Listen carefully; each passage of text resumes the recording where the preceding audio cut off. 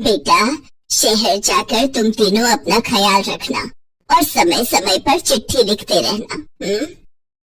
माँ तुम चिंता मत करो, हम अपना ध्यान रखेंगे। और हाँ माँ, हम शहर से ढेर सारा पैसा कमा कर लाएंगे और फिर हमारी सारी परेशानियाँ दूर हो जाएंगी। ये कहकर वो तीनों शहर चले जाते हैं। रमा अपनी तीनों बहुओं सुमन, पूजा और मीनू के साथ रहती है। साथ ही उसका पोता मोंटू भी उनके साथ रहता है। कुछ दिन तो उनके ठीक ठाक निकल जाते हैं, लेकिन उसके बाद हालात बहुत बुरे होने लगते हैं। परेशान होकर रमा अपनी बहू से अपने बेटों को कई चिट्ठियां लिखवाती है, लेकिन उनमें से एक का भी जवाब नहीं आता। ना जाने इन तीनों को क्या हुआ है, एक भी चिट्ठी का जवाब नहीं आया। अरे अपनी माँ को ना सही, कम से कम अपनी पत्नियों को ही चिट्ठी लिख लेते। मुझे तो लगता है वो वहाँ जाकर हमें भूल गए हैं। नहीं माँ जी, ऐसी बात नहीं है, हो सकता है वो किसी काम में व्यस्त हो। अरे ऐसा भी क्या काम कि अपने बेटे तक का भी ख्याल नहीं आता उन्हें। कुछ ही दिनों में उन्हें पैसों की तंगी होने लगती है। पहले जहाँ पूरा परिवार भरपेट खाता था, अब वो एक रोटी खाकर ही गुजारा करते हैं और कमजोरी के कारण मोंटू की तबीयत बिगड़ने लगती है। ये देख रमा किराने की दुकान पर जाती है और लाला से कहती है, लाला मुझे थोड़ा राशन उधार दे दो। तुझे उधार दे दूं? हैं?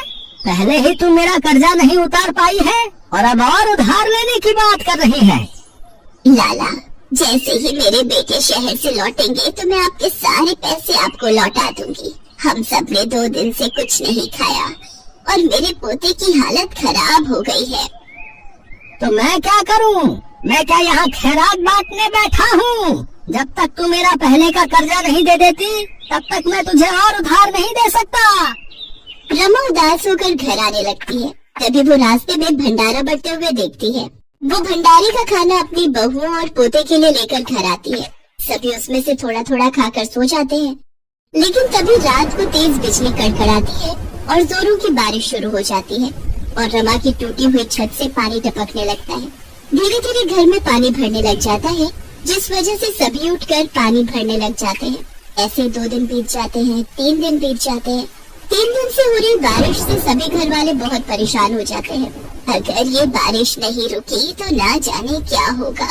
हाँ माँ जी, हमारा घर वैसे ही कच्ची मिट्टी का बना हुआ है, अगर ये टूट गया तो ना जाने क्या होगा। तभी छत का एक हिस्सा टूटकर वहाँ गिर जाता है। रमा जल्दी से अपनी बहुओं और पोते के साथ घर से बाहर निकल जाती है। कुछ ही देर में उनका वो मिट्टी का घर टूटकर चकनाचूर हो जाता है। माँ जी, हमारा घर, अब हम क्या करेंगे? दादी माँ, अब हम कहाँ रहेंगे? अपने घर की ऐसी हालत देखकर उन सबकी आंखों में आंसू आ जाते हैं। बेचारी रमा अपनी तीनों बहुओं और पोते के साथ सड़क पर चलने लगती है। चलते हुए उन्हें सड़क किनारे एक बहुत बड़ा पाइप दिखता है और वो सभी बारिश से बचने के लिए उसमें जाकर रहने लगते हैं। आज उन सभी को भूखा रहते हुए 3 दिन हो चुके थे। अपने पोते की बिगड़ती हालत देख रमा काम की तलाश में निकल जाती है। काफी देर तक काम ढूंढने के बाद वो एक ढाबे पर पहुंचती है। सेठ जी, मेरी 3 बहुएं और पोता 3 दिन से भूखे हैं। इस बारिश में हमारा मिट्टी का घर भी ढह गया है, इसीलिए मैं काम की तलाश में निकली हूँ। कृपा करके आप मुझे कुछ काम दे दीजिए, मैं कुछ भी काम कर लूंगी।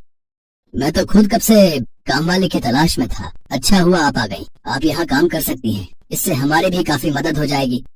आपका बहुत बहुत शुक्रिया सेठ जी।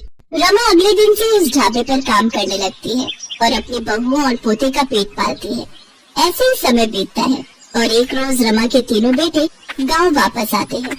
उन्हें जब गांव वालों से अपने घर के हालातों के बारे में पता चलता है तो वो उस ढाबे पर पहुंचते हैं जहां रमा काम करती थी। उन्हें देख रमा की आंखों में आंसू आ जाते हैं और वो रोते हुए कहती है, कहाँ थे तुम तीनों और तुमने आज तक क्यों नहीं एक भी चिट्ठी का जवाब दिया? हाँ तुम सब जानते भी हो तुम्हारे पीछे से हमें कितने बुरे दिन देखने पड़े।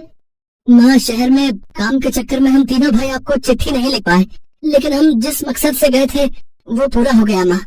हाँ माँ, हम तीनों ने खूब पैसा कमा लिया है। अब हम उन पैसों से एक नया घर लेंगे और माँ साथ ही अब हम यहीं पर अपना कोई काम शुरू करेंगे और एक साथ खुशी खुशी रहेंगे।